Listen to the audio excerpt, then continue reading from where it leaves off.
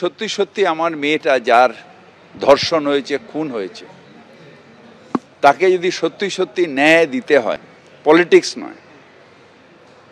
রাজনীতি নয়, যে কে ধর্ষণ করলো সেটা ইম্পর্টেন্ট না, তৃণমূলকে গালাগালি দাও, সেটা যদি না হয়, তাহলে আমার মনে হয় যে সেই পরিবারকে এবং যারা গেছিলেন কোর্টে তাদের বলা উচিত যে এটা রাজ্য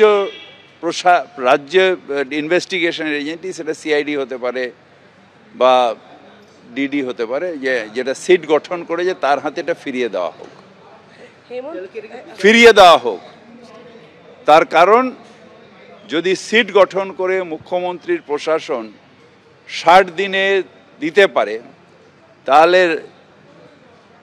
রাজ্য পুলিশ বা কলকাতা পুলিশের যে 4 দিনের ইনভেস্টিগেশন, তার উপরে আর কিছু পেল না, তাহলে তাদেরই দেওয়া উচিত যে আস্তে আস্তে এই যে অন্যায় করেছে তাকে ইমিডিয়েটলি ফাঁসির সাজা শোনানো হোক। যারা রাজনীতি করেছেন তাদের ওপরে থাপ্পড় খাওয়া হলো, যেখানে 2টো রেপ মার্ডারের কনভিকশন হয়ে গেল, সেখানে এটা নিয়ে নাটক চলছে, এটা হতে পারে না। আপনি মনে করবেন যে দোষী সে দোষী নয়, ইনভেস্টিগেশন মনে করবে যে দোষী সে দোষী।